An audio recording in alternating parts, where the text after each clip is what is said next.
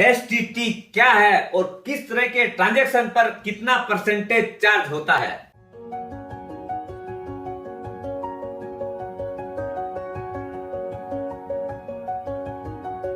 सुप्रभात दोस्तों, आप सभी का एसके हेल्थ एंड वेल्थ में स्वागत है। दोस्तों, जब भी इन्वेस्टर कोई ट्रेडिंग करता है सिक्योरिटीज मार्केट में तो उसके ऊपर बहुत सारे टैक्सेस इंपोज किए जाते हैं। उसमें हो गया जैसे आपका ब्रोकरेज चार्जेज है, स्टाम्प ड्यूटी है, सर्विस चार्जेज है और उसी के ही चार्जेज में से एक है एसटीटी।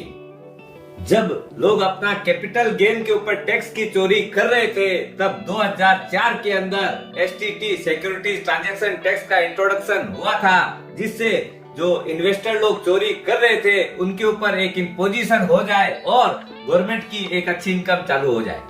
बेसिकली एसटीटी जो है वो आपका सिक्योरिटी जब अपने ट्रेडिंग करते हैं जो लिस्टेड कंपनीज है उसका चाहे परचेज करें चाहे सेल करें दोनों के ऊपर एप्लीकेबल है। इन्वेस्टर का चाहे प्रॉफिट हो चाहे लॉस हो एसटीटी तो लगनी ही है। और बेसिकली जो इक्विटी मार्केट है उसके अंदर आपको 0.1% यानी 10 पैसा हुआ तो इसका मतलब है 1 लाख रुपया के ऊपर आपको 100 रुपया उसका फीस लगता है। शेयर मार्केट में अपने बहुत तरह की डीलिंग होती है, जैसे इंट्राडे है, डिलीवरी है, ऑप्शन फ्यूचर एंड ऑप्शंस है। तो उसके अंदर कौन से ट्रांजैक्शन पे कौन सा कितना टैक्स लगता है एसटीटी, उसका पूरा अपने डिटेल लेते हैं। पहला है इंट्राडे ट्रेडिंग, जो ट्रांजैक्शन अपने सुबह से लेके शाम तक लेवार बेची बाइंग एंड सेलिंग दोनों एक दिन में कर लेते हैं, वो है इंट्राडे ट्रेडिंग। उसके अंदर खाली जो सेल पोर्शन है उसके ऊपर 0.025% टैक्स लगता है।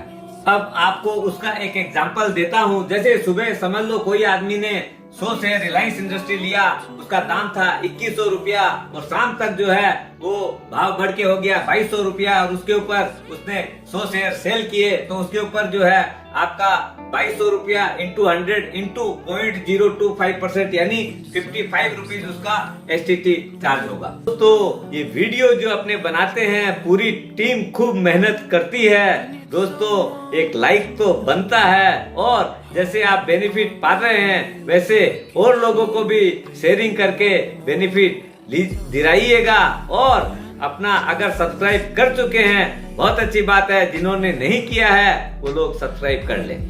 दूसरा चीज है डिलीवरी ट्रांजैक्शन, जो कि मैक्सिमम आदमी लोग करते हैं। जो आदमी लॉन्ग टर्म इन्वेस्टमेंट करना हो चाहे शॉर्ट टर्म इन्वेस्टमेंट करना हो तो वो डिलीवरी उठाते हैं अपना पैसा इन्वेस्टमेंट करके। अब उसका एक एग्जांपल लेते हैं। समझ लो कोई आदमी ने 100 शेयर रिलायंस का खरीदा 2100 रुपया के हिसाब से, यानी आपका 100 शेयर हो गया 2,10,000 रुपया का। इसके ऊपर टैक्स लगेगा 0.1% यानी 210 रुपया उसको टैक्स देना पड़ेगा। और उसी का ही दूसरा एग्जांपल लेते हैं। समझ लो उस बंदे ने 1 महीना बाद में वापिस से रिलायंस के 100 शेयर बेच दिए, उस टाइम में भाव हो गया 2500 रुपया। तो अपना उस टाइम में उस 100 शेयर का जो है 2500 इंटू 100 2.5 लाख रुपया का 0.1% यानी 250 रुपया फिर से उसको एसटीटी पेमेंट करनी पड़ेगी। तीसरा सबसे पॉपुलर ऑप्शन है वो है ऑप्शन ट्रेडिंग। दोस्तों, इसके अंदर जब सेल साइड के ऊपर अगर ऑप्शन एक्सरसाइज नहीं किए तो 0.025% टैक्स लगता है और अगर अपने ऑप्शन एक्सरसाइज कर लिए तो 0.125% टैक्स लगता है। चौथी चीज है फ्यूचर का ट्रेडिंग। दोस्तों, ये लॉट बेसिस के ऊपर होता है, क्योंकि वॉल्यूम बड़ा है तो अपने जो सेल साइड है उसके ऊपर भी लगता है। वो चाहे इंट्राडे हो चाहे आप अपना पोजिशनल करके 2-4 दिन 5 दिन के बाद में सेल करते हैं तो 0.01% उसका एसटीटी लगता है।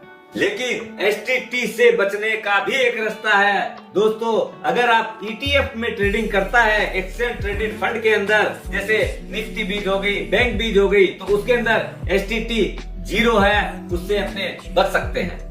एसटीटी जो है ये फिक्स है हर प्लेटफॉर्म के लिए, हर कंपनी के लिए। क्यों? ये जो टैक्स है वो स्टॉक एक्सचेंज कलेक्ट करता है इन्वेस्टर से, वैसे तो ब्रोकर से करता है, ब्रोकर इन्वेस्टर को चार्ज करता है, अल्टीमेटली ये रुपया स्टॉक एक्सचेंज में जाता है। दोस्तों ये बहुत ही वैसे दिखने में छोटा टैक्स है, लेकिन जिसका टर्नओवर बड़ा है उसको बहुत बड़ा रुपया लगता है और गवर्नमेंट को एक बहुत बड़ा रेवेन्यू इससे अर्न हो रहा है। आगे स्मॉल रेवेन्यू था, अब आपको 10-20 हजार करोड़ रुपया स्टॉक एक्सचेंज कमा रही है गवर्नमेंट इससे।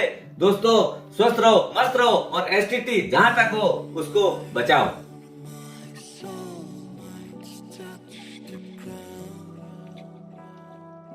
I need someone to hold